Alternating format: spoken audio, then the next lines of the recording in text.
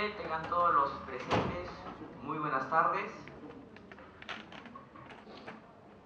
Quisiera empezar primero agradeciendo a las personas por su asistencia, agradeciendo a las personas que apoyaron para la organización, especialmente a la señora Luz Salvatierra, agradecer también al compañero Ricardo del Valle por su apoyo, al compañero Carlos Remusgo.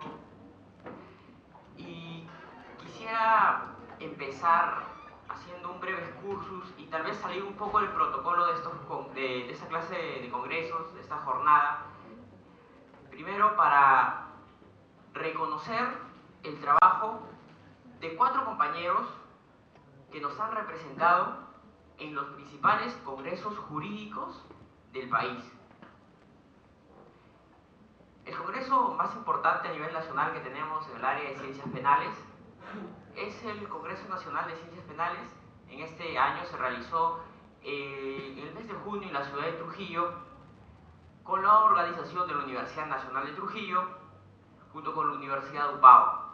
En ese magno evento estuvimos muy bien representados por 2 compañeras que quisiera que en este momento se pongan de pie.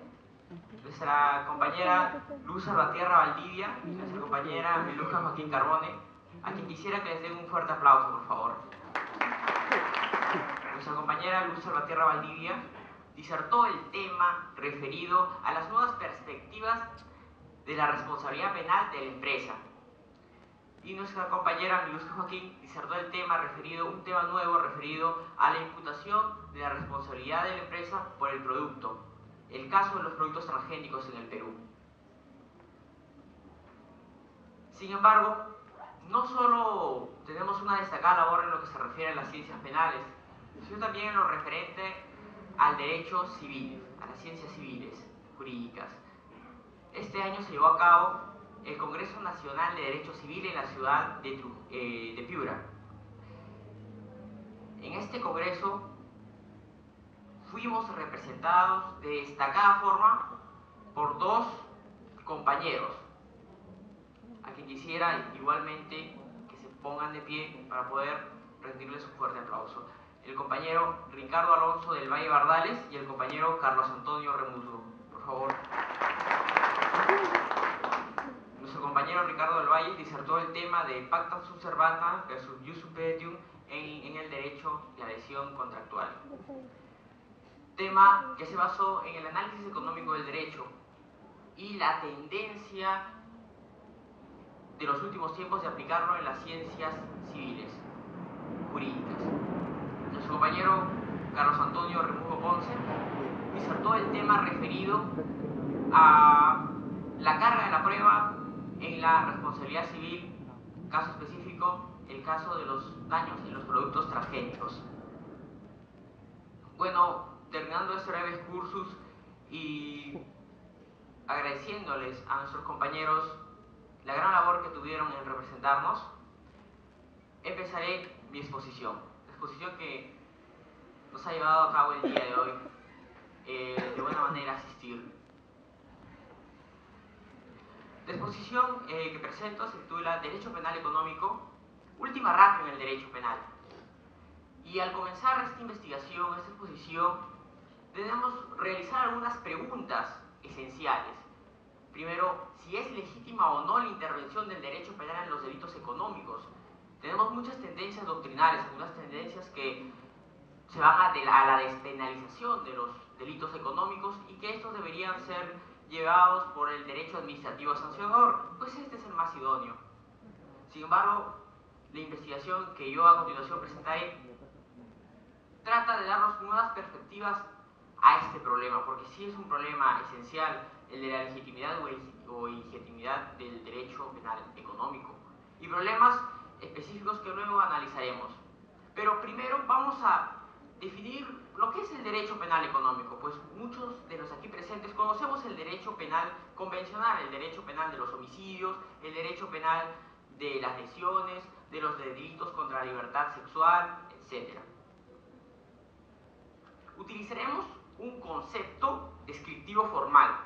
Nos vamos a basar en el concepto clásico de derecho penal económico esbozado por Tietman, ¿qué nos dice el derecho penal económico en esta concepción clásica? Nos dice, primero, que el derecho penal económico va a ser el conjunto de normas que va a sancionar las transgresiones a las estructuras fundamentales del libre mercado y también a la regulación económica del Estado. Es aquí donde hace una dicotomía. Por un lado, el libre mercado y su protección, y por otro lado, la regulación económica del Estado y su protección. Es aquí donde nosotros podemos observar que los distintos tipos penales se dividen en esta dicotomía. Para ejemplificar lo anteriormente mencionado, vamos a analizar brevemente dos artículos en lo que se refiere a la primera parte, que es la protección del libre mercado. Tenemos el artículo 209 de nuestro Código Penal, que se refiere al fraude concursal. Este artículo busca proteger el sistema crediticio como bien jurídico. Entonces, acogiendo un poco esta idea del sistema crediticio como bien jurídico penal protegido, nosotros vemos que hay cierta diferencia tal vez con el bien jurídico vida, que protege el tipo penal de homicidio. Siguiendo la misma línea, tenemos el artículo 198 del Código Penal, el referido a la administración fraudulenta de la persona jurídica que busca proteger el patrimonio como bien jurídico. Esta vendría a ser la primera parte de lo que busca proteger el derecho penal económico. La segunda parte está referida a las relaciones económicas del Estado. Y aquí tenemos dos delitos que vamos a pasar a analizar, que siguen esta línea teórica. El delito de defraudación tributaria, que se encuentra tipificado en el artículo primero del Decreto Legislativo 813, que tiene como bien jurídico el sistema de recaudación tributaria. Siguiendo esta misma línea ya esbozada, tenemos el delito de contrabando, que se encuentra tipificado en el artículo primero de la Ley 26.461. ¿Y qué busca proteger este tipo penal? Este tipo penal busca la protección del ejercicio de la potestad aduanera. Entonces, vemos nosotros claramente esta dicotomía del derecho penal económico.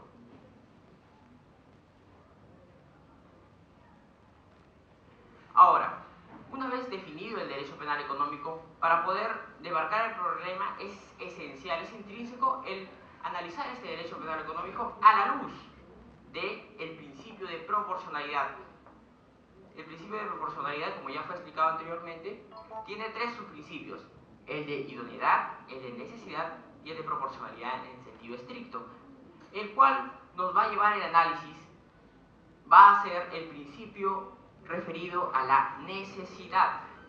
La necesidad, como también se explicó anteriormente, se divide en fragmentariedad y subsidiariedad o última ratio. El específico análisis que nos refiere en esta investigación es la subsidiariedad o última ratio, que nos dice de que si existiesen medios alternativos igualmente idóneos en los fines preventivos generales y que de algún modo no tengan un menoscabo mayor a lo referido a los derechos fundamentales, entonces este medio va a preferirse siempre al derecho penal. Pues como todos conocemos, el derecho penal sí transgrede los derechos fundamentales. Pues el derecho penal impone penas privativas de libertad, transgrediendo el derecho a la libertad. Entonces, a luz de este principio, aparentemente estaríamos en una postura de negación del derecho penal económico en el ámbito penal y tendríamos que aceptar la posición doctrinal que nos refiere a la despenalización de este tipo de delitos y que estas conductas sean reguladas por el derecho administrativo sancionador.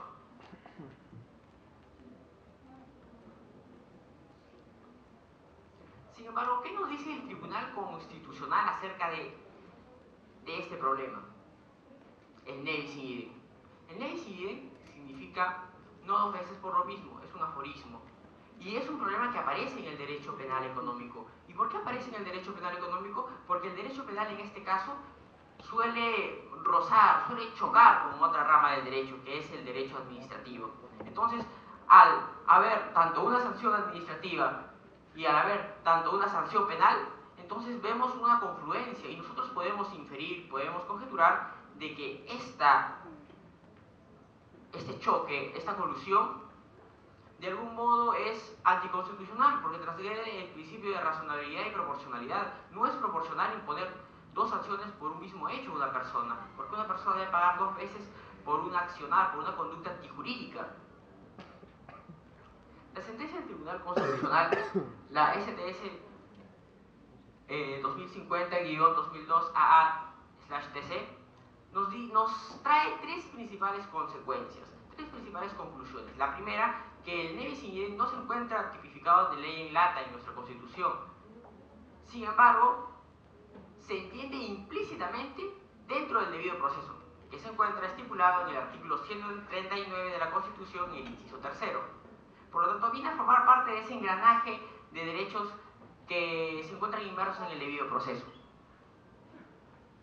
También nos dice que el nebis in idem tiene un reconocimiento en los tratados internacionales.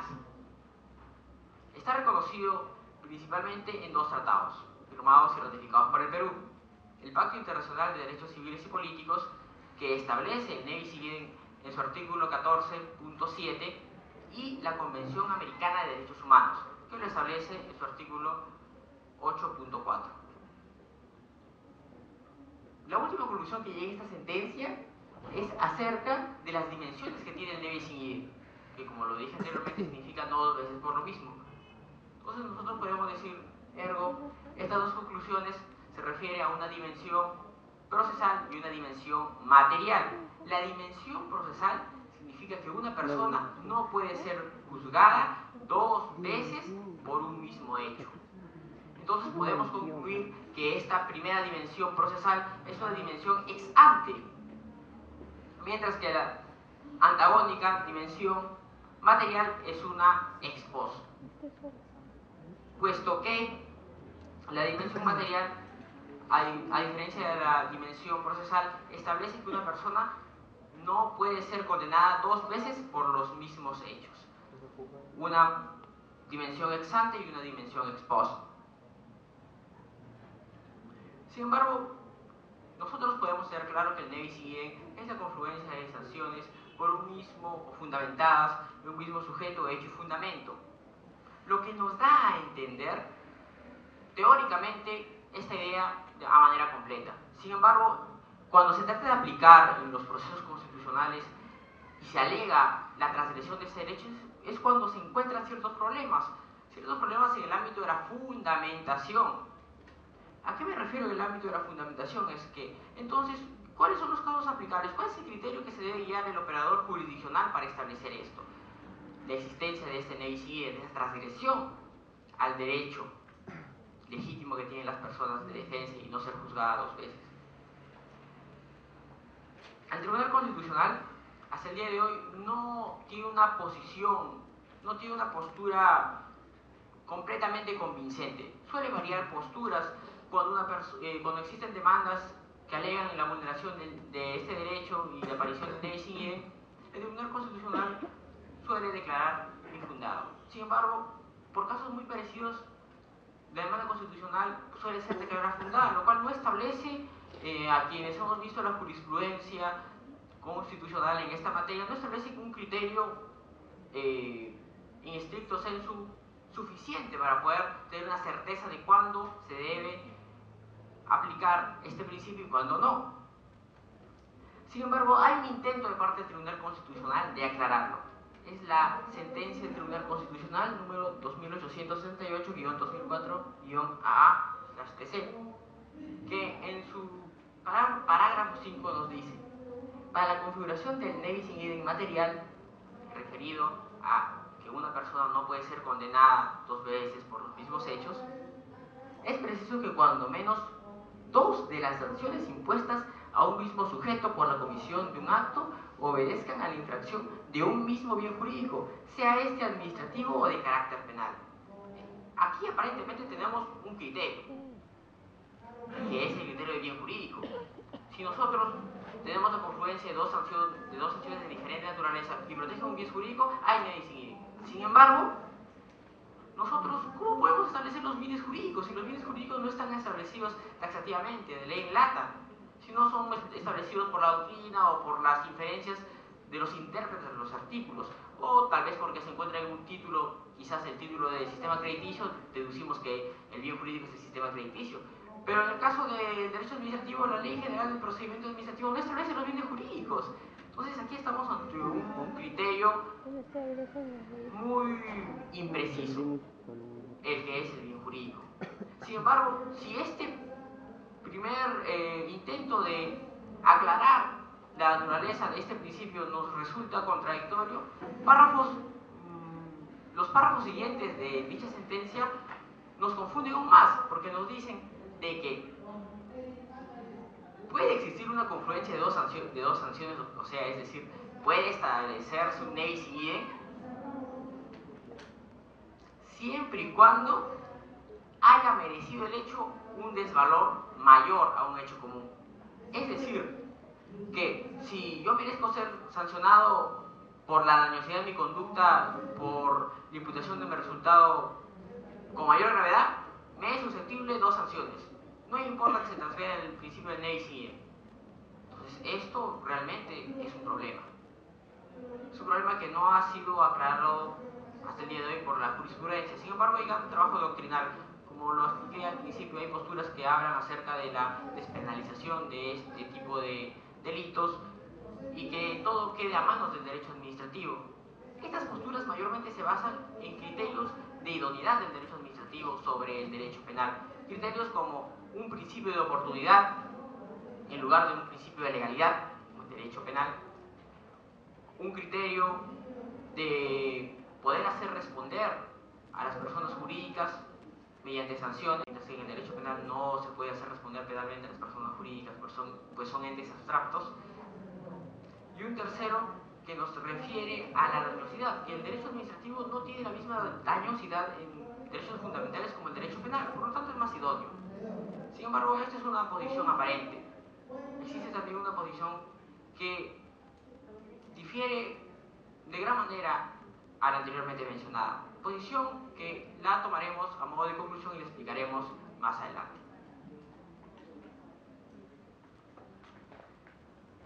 Para poder nosotros tener un ejemplo de línea jurisprudencial, nosotros nos remitiremos a las decisiones del Tribunal Constitucional Federal Alemán, del Bundesverfassungsgericht.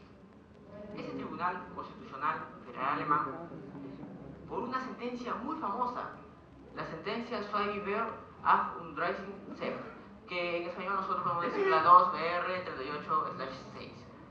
¿Qué nos dice esta sentencia? Para hablar un poquito de esta sentencia fue muy famosa. Pues para informarnos un poco acerca del sistema jurídico alemán, ellos, como nosotros tenemos nuestro Pacto Internacional de Derechos Civiles y Políticos, tienen algo parecido en versión europea, que es el SDU. Este es un tratado que en su artículo 54 establece la prohibición de nevis in idem, pero a comparación de nuestro Pacto Internacional de Derechos Civiles y Políticos, lo establece de una manera más precisa. Al ser este tratado firmado por partes, las partes se comprometen a asumirlo. Y es aquí donde radica un problema, pues este es un problema entre Alemania y Suiza acerca de un hecho delictivo, que Alemania considera que sí debe ser sancionado, también Alemania y Suiza no. Entonces hay una competencia y el Tribunal Federal Alemán va a concluir de la siguiente manera. El Tribunal Federal Alemán concluye en que lo referido a nevis in idem va a tener una mayor garantía en el ámbito penal. ¿Qué es lo que quiere decir que va a tener una mayor garantía en el ámbito penal?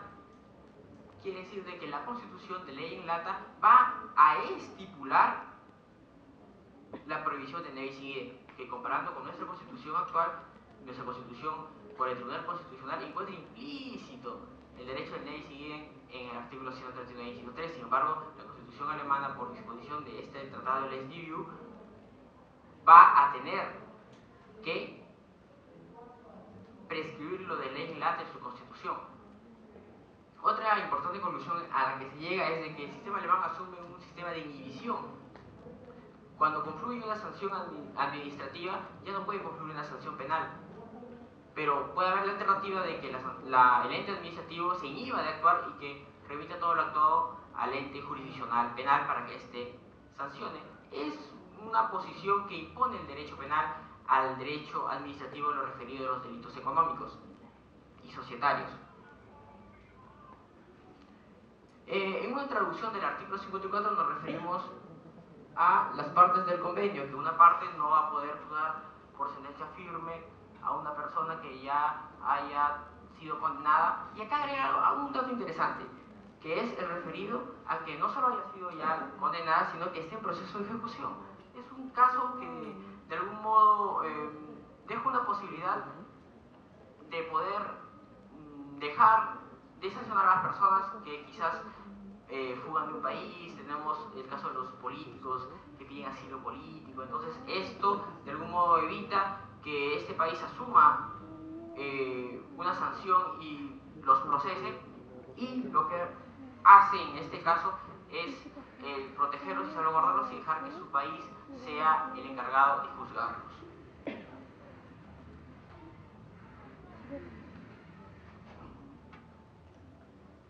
La ley fundamental para la República Federal de Alemania, la Grundgesetz der Bundesrepublik of Deutschland, nos dice en el artículo 103 que ninguna persona podrá ser sancionada varias veces por los mismos hechos en virtud de las leyes penales generales.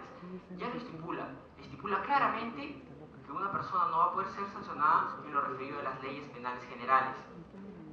Nos da a entender de que hay una protección a lo referido a los derechos fundamentales en el proceso penal.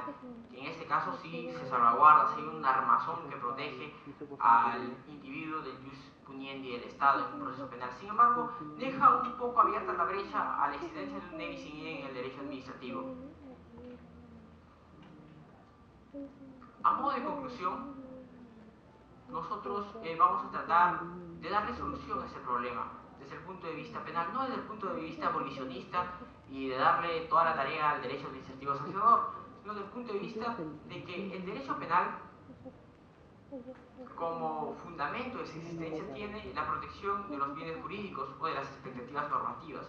Nosotros vivimos una época de globalización, vivimos una época de disparo de las telecomunicaciones, de un cambio de información sin dilaciones y de la expansión de la economía. Por lo tanto, los sistemas de imputación deben evolucionar conjuntamente como lo hace la sociedad.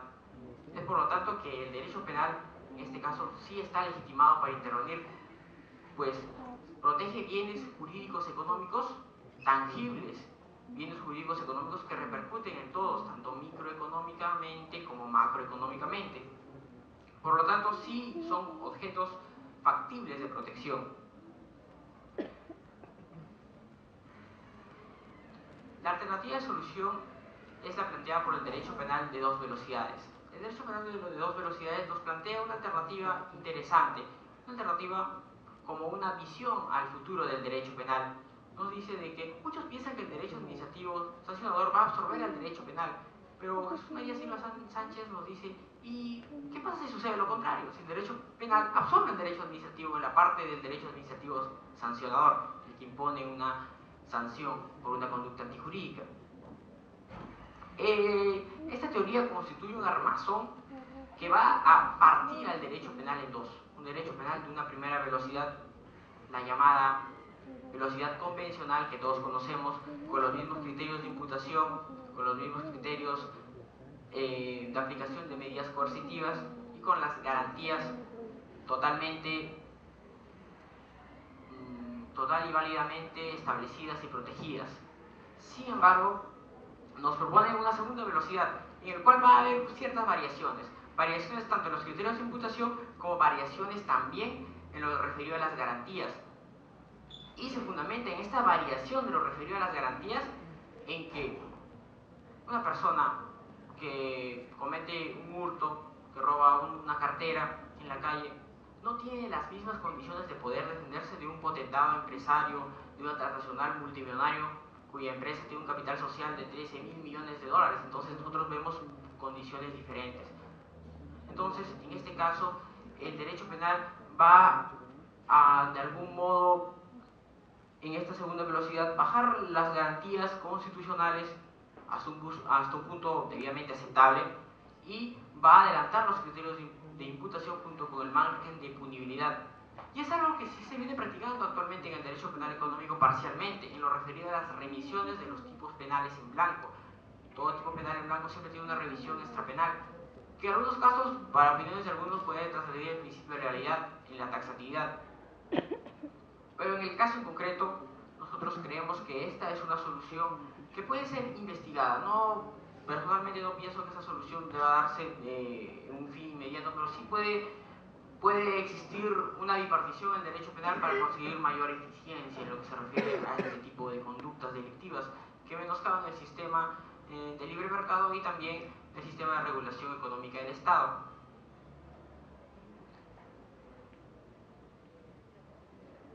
Bueno, para terminar, quisiera anunciarles que la clase de Derecho Penal Comparado tiene la idea de crear un grupo de discusión a los interesados de las ciencias jurídico-penales y pretende la creación de un taller.